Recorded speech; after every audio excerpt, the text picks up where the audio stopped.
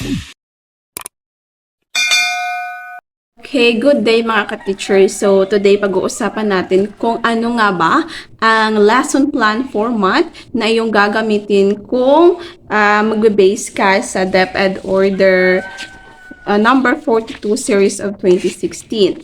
So, ano nga ba yung lesson plan format na iyong gagamitin? Like for example, kung ikaw ay magkakaroon ng CO or magkakaroon ng classroom observation or demo teaching, ano nga ba yung lesson plan na dapat mong gamitin na nakabase sa DepEd Order number 42 series of 2016, which is yun yung sa lesson planning. Okay, so policy guidelines in lesson planning. So, ano nga ba yung format? So, eto yon. So, may nagpa-check kasi sa akin ng lesson plan. So, gusto kong i-content na lang.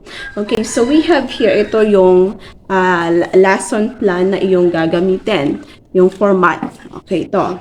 So, sa nakikita ninyo, meron yang first is meron yang sa ibabaw name of school, teacher, teaching days and time. So, yon. Grade level and quarter. Kung anong quarter yung iyong kung anong quarter yung topic na yon. And then next, we have your content. Sa ibabaw dapat yun, merong content standard, performance standards, which is makikita yan sa marks everyone.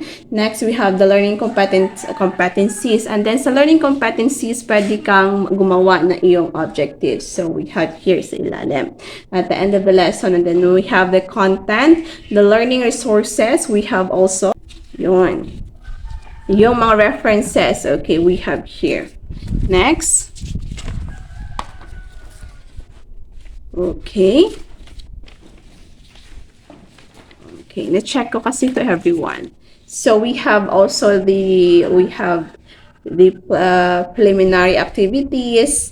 We have reviewing previous lesson. Yun yung first. Reviewing previous lesson or presenting the new lesson. Next, we have the establishing a purpose for the lesson. Yun yung next.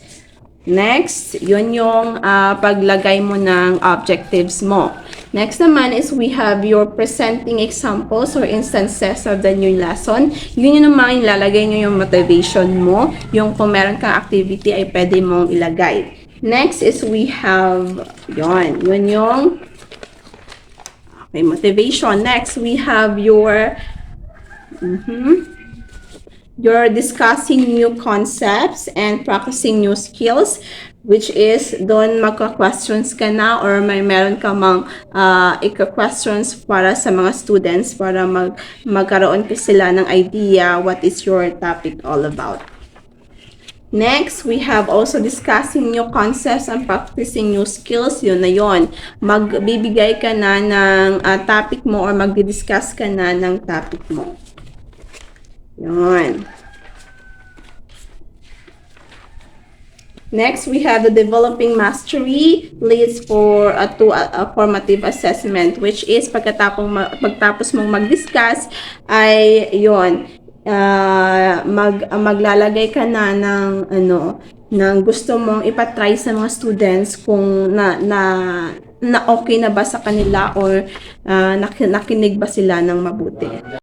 Okay, next, we have our finding practical applications of concepts and skills in daily living. So, we have here, which is maghanap ka ng mga activity na kung saan ay pwede kang mag-integrate sa other subjects or pwede kang ma-apply into daily living. So, yun. Next, we have, after that, kung meron na kayong ganyan, so we have making generalizations and abstractions about the lesson. So, yun. Mag-a-ask ka na ng mga na mga questions like what, where, how, yun. So, yun na yun. Kung alam na ba nila or meron pa ba sila mga questions. Next naman, kung wala na silang questions, so we have the evaluating learning or yun na yung pagbibigay mo sa kanila ng assessments. And then, okay, so we have also the additional activities for applications or remediations. kung mga assignments kayo.